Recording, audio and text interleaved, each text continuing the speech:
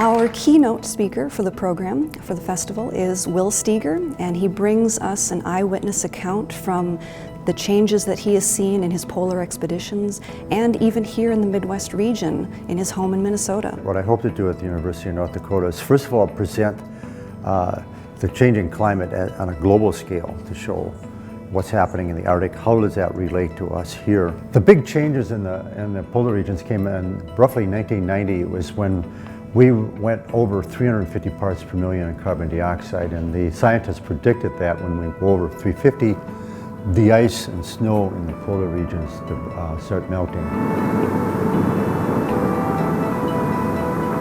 We start losing the ice here, start losing the snow here, exposing now for the first time darker surfaces of land and ice. So in this 24-hour light, you're now getting energy going into the Earth rather than reflecting. In fact, 2007 we had a massive breakup of the Arctic Ocean. About 50% of that ice broke up unexpectedly.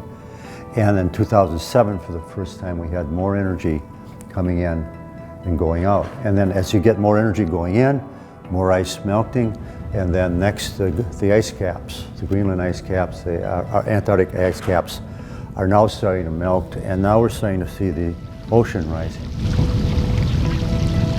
In our local areas here in North Dakota, Minnesota, we're seeing it. Everybody's an eyewitness. We have the droughts, we have this crazy winter this year. What we need to do is we need to really immediately move our energy systems into renewables, and then it's the conservation of the energy that we do use, which is a very important part of it. That's actually 60% of the equation.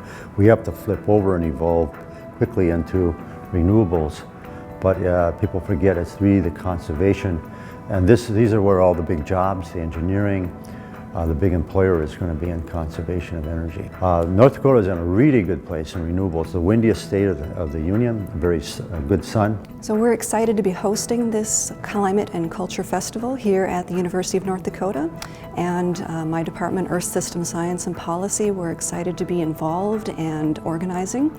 We're really excited to see the campus come together and have a series of discussions about climate and culture, and we'll see what things turn out. Hopefully we can have great ideas and continue the conversation throughout the next year.